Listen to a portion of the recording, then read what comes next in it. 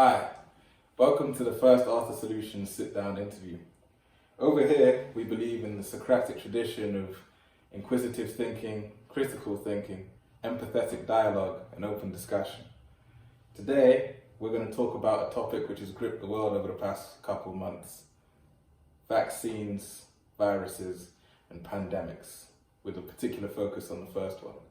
Today, we have with us Prav, Sangha, third year Econ History student at the London School of Economics. And I'm Yinka, second year Anthropology and Law student at the London School of Economics. Okay, the first question I'm going to ask to Prav. What are your views on vaccines in general? I have no problem with them. I think they're good, first of all. Yeah. Because if we did things like polio, it's still be a thing. Yeah. We'd probably all be dead, probably. But from the sense that I don't think they should be forced. Not at all. I think it should be optional, 100%. Okay. In terms of forced, is that like mandatory vaccines? Is it like governments mandating that everybody should take this vaccine, or everybody in this age bracket, or everybody in this say that it's like every frontline worker should take a vaccine? Well, it depends what you mean by mandating, as in forcibly or recommending. As in, for example, if you don't do this, then you can't come to work, or if you don't do this, then you'll get a fine. Oh, I disagree with that 100%, because that's an infringement of rights, then, isn't it? So we have a lot of people saying that you shouldn't be able to travel without a vaccine, which I think is ridiculous, because it's just, you can't tell people. First of all, the government can't force a person to buy a product. Do you have to buy it? Oh no, the way we're assuming it works is that it'll be free when the government rolls it out, because most national governments in liberal democratic states are going to purchase, say, a certain number of doses. So in the EU, for example, I think it was 300 million doses, and then they will distribute that to each individual nation, and then they'll roll it out in the way that they see fit. But on that topic of mandated vaccinations, I wanted to ask Yinka what you think in particular. I agree about the whole infringing your rights thing. I think it shouldn't be compulsory. I feel like you shouldn't be forced to do it, but I feel like everybody should have that social responsibility of wanting to take the vaccine so that everybody else can be safe. I feel like in the UK we're such individualists. We only care about ourselves rather than the entire community. And so for you to say it's your choice if you want a vaccine or not is it kind of goes against the entire point of having a vaccine to cure coronavirus if you have a choice to opt out of it. So, to press you further on that, so then do you think it should be mandated for certain people, as opposed to it just being a case of, okay, I'm going to take it upon myself as a socially responsible human being to protect the rest of the community? Because I know that not everybody is okay. Like I said, we're all individualists. I don't think everybody's going to have that mind frame or mindset of wanting to be socially responsible in that case. Because, in the last 6 months, we've been so irresponsible in terms of isolating and just following common rules. So then I'll say, yes, it should be enforced, because we can't even follow simple rules of staying indoors or wearing a mask or socially distancing. So we can't be trusted to necessarily But that's just because the government can't.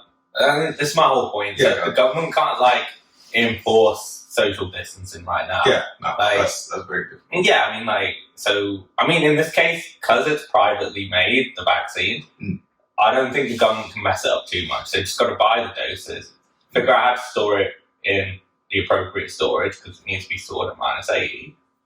But in regards to that, socially responsible. Your social responsibility. Yeah. Again, I think most people would just take a vaccine. You think? Yeah, I think most would. But then, okay, you say that you think most people would take a vaccine, but in the past couple of months, we've seen conspiracy theories threads like QAnon on the rise. We've seen all sorts of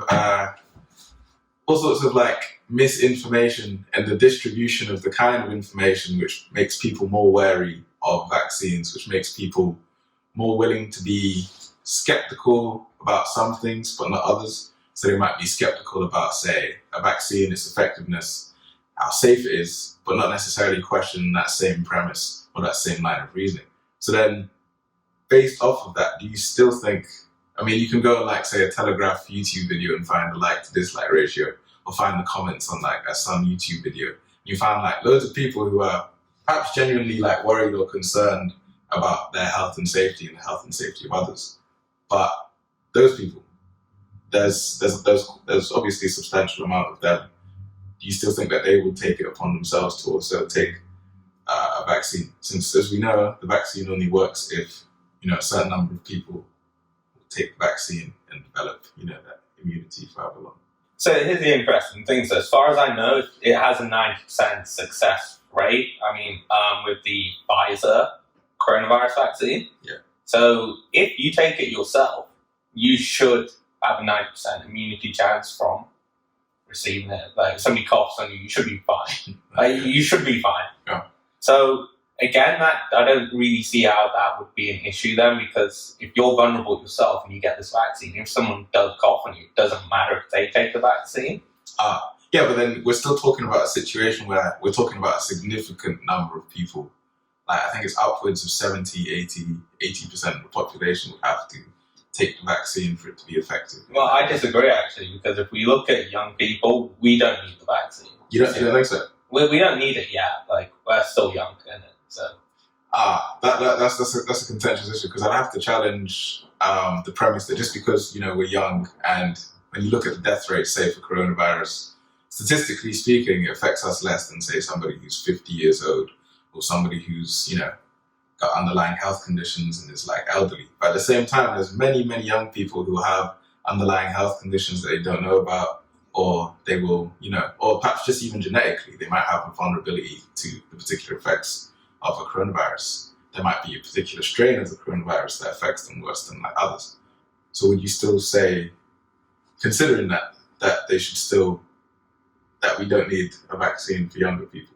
No, so in my way, like, anyone who's vulnerable, like, in NHS terms, like, they've been, like, labelled vulnerable, and anyone who's old, yeah, I'd say, yes, give those, like, they need the vaccines first. Okay. Because, like, they need it first before anyone else does. Okay. And then once we get more vaccines as time goes on, then I would probably say, give it to, like, the next stage down, probably, like, your people from 50 to 60, yeah, and then 40 to 50, and so on. Yeah.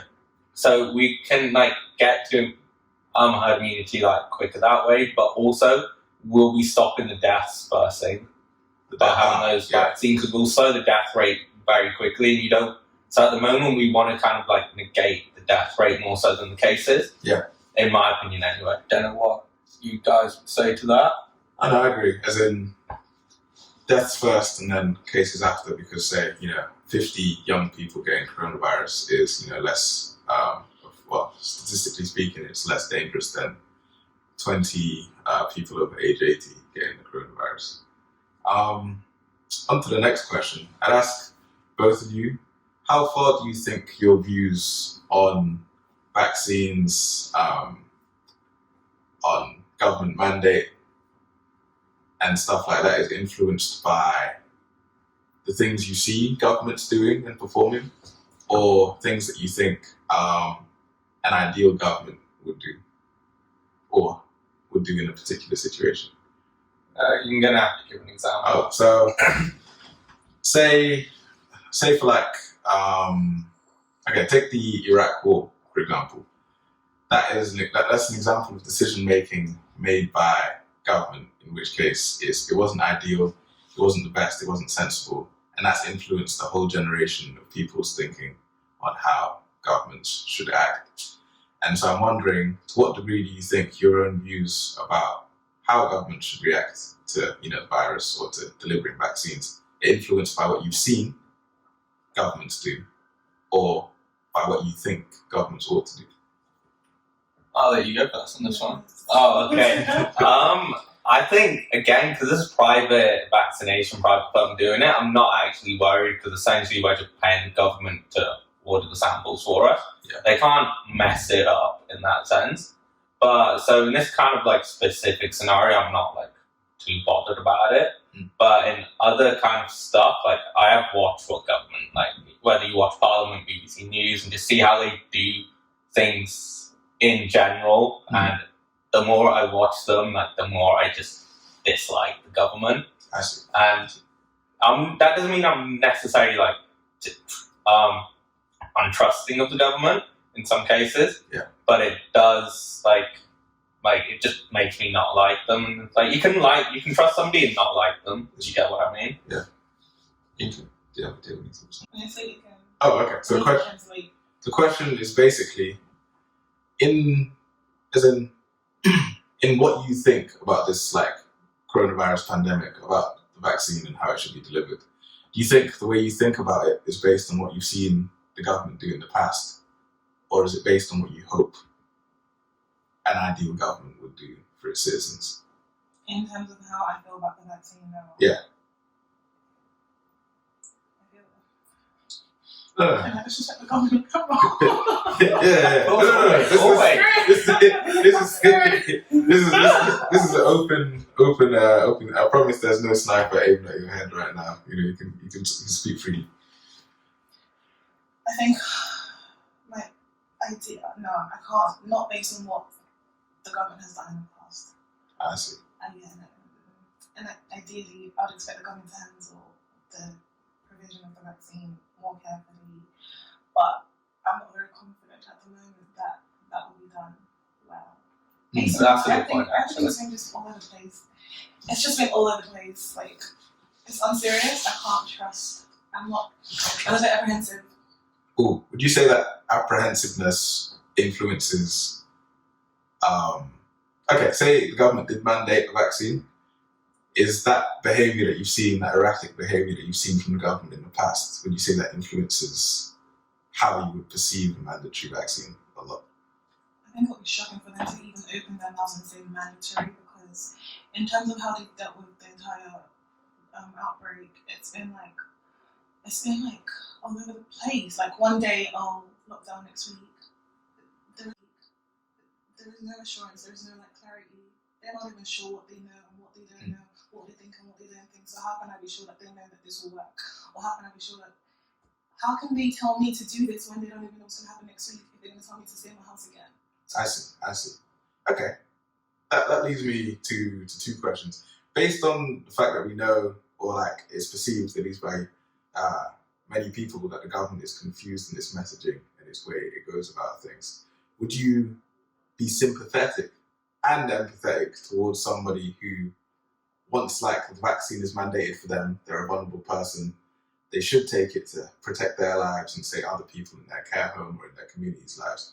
Would you be therefore empathetic and sympathetic to them if they refuse to take a vaccine under mandatory circumstances? I'm going to ask that to you first. Yeah, 100%, man. Like, just especially with what's been going on, like you can't blame someone. Like again, like it's the economic argument that people don't know what's best for them, but like how does the government know what's best for someone?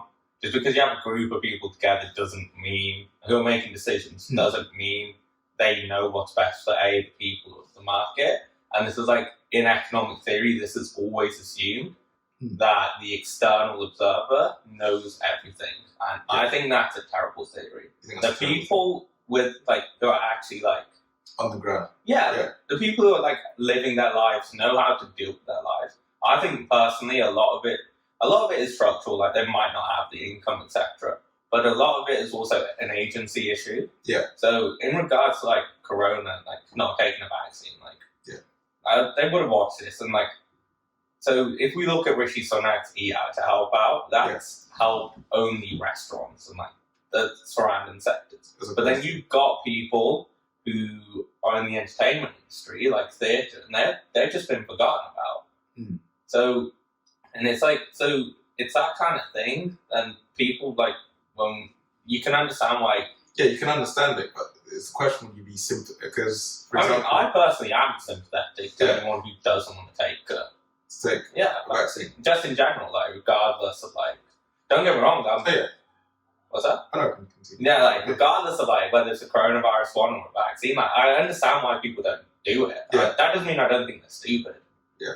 What do you think they're stupid? No, like if somebody doesn't get what's the normal vaccine people always get? Like polio, mumps, rubella, measles. Yeah, like if somebody doesn't get measles vaccine, sorry, I'm like, yeah, that's a bit dumb. Like, you can do it, but like it's a bit dumb, isn't it? And likewise, if somebody's vulnerable and they don't get a coronavirus vaccine, I'm like, yeah, fair play, but it's a bit dumb. Okay, so you can see it as like a stupid or like a misinformed choice, and at the same time be sympathetic. Yeah, it's like people like who like drink excessive amounts of alcohol. I'm like, yeah, do it, bro, but it's stupid. It's like, I don't think it's. Go on. I don't think I'll describe it as sympathetic. Maybe just like respectful of their own. Their own choice.